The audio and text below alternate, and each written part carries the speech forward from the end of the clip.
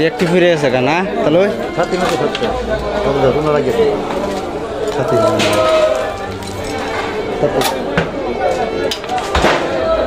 সব শেষ এবারে না খাতা মাতা সব এই তো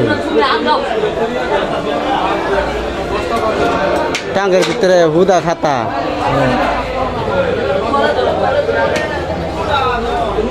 প্রিয় কলেজের ভাই বন্ধু ময়রাবাড়ি মাছমলের কাগজপত্র সব জ্বলে গেছে এই দেখেন মাছমলের কাড়া এখানে আইলাম